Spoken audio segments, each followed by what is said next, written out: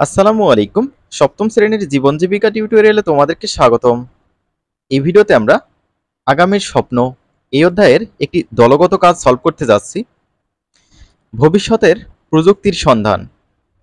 তো এখানে দলগত কাজটি এমন যেটি দেখে আমাদের এই ছকটি পূরণ করা লাগবে। চলো পড়ে ফেলি আমরা। আমরা গল্পে এমন কয়েকটি প্রযুক্তির কথা জেনেছি যে প্রযুক্তিগুলো অদূর ভবিষ্যতে গুরুত্বপূর্ণ হয়ে উঠবে। এমন প্রযুক্তিগুলোর নাম নিচের ছকে লিখি। পাশাপাশি গল্প থেকে প্রযুক্তি সম্পর্কে যেটুকু ধারণা পেয়েছি তার আলোকে মানব কল্যাণে কোন কোন ক্ষেত্রে সেই প্রযুক্তি ব্যবহার করা যেতে পারে তা কল্পনা করি এবং দলে আলোচনা করে এখানে সাজিয়ে লিখি। ছকটিতে দেখতে পাচ্ছ, প্রথমে তোমাদের প্রযুক্তির নাম লিখতে হবে। এখানে 1 থেকে 6 পর্যন্ত আছে। তারপর প্রযুক্তিটির ব্যবহার ক্ষেত্র সম্বন্ধে তোমাদের লিখতে হবে। তো চলো আমরা এটি সমাধান দেখে নেই। তো শিক্ষার্থীরা, তোমরা যারা এখনো চ্যানেলটি সাবস্ক্রাইব করো নাই, কাইন্ডলি চ্যানেলটি সাবস্ক্রাইব করবে পরবর্তী ভিডিওগুলো পাওয়ার জন্য। প্রযুক্তি, এখানে 1 নম্বর লেখা হয়েছে বিগ ডেটা, যেটা বইয়ে দেওয়াই ছিল।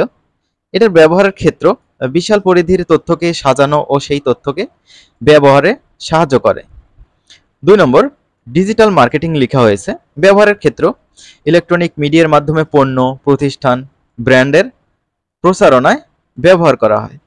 3 নম্বর লেখা হয়েছে আইওটি, যেটাকে ইন্টারনেট অফ থিংস বলা হয়।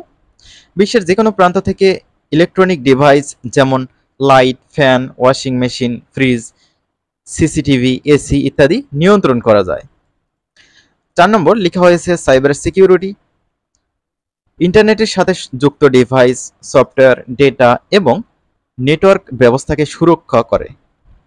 তারপর লেখা হয়েছে রোবট, খাবার রান্না, খাবার পরিবেশনা, পুল ক্লিনার, পেইন্টিং, মালামাল বহন ইত্যাদি কাজ করে থাকে। এছাড়া ভারী কাজও করে থাকে রোবট, লিখতে পারো। 6 নম্বর লেখা হয়েছে স্মার্ট চশমা, রোগ পর্যবেক্ষণ, গান শোনা, ভিডিও গেমিং, রাস্তায় চলার নির্দেশনা, গাড়ির গতিবেগ জানতে ব্যবহার হয়। সর্বশেষে এখানে শিক্ষকের মন্তব্য একটা ঘর ছিল। তো এখানে তোমরা শিক্ষকের থেকে শুনে এটি পূরণ করতে পারো। সে খুব ভালো করেছে, ভবিষ্যতে আরো ভালো করার জন্য দোয়া রইল, এরকমই বলবে শিক্ষক।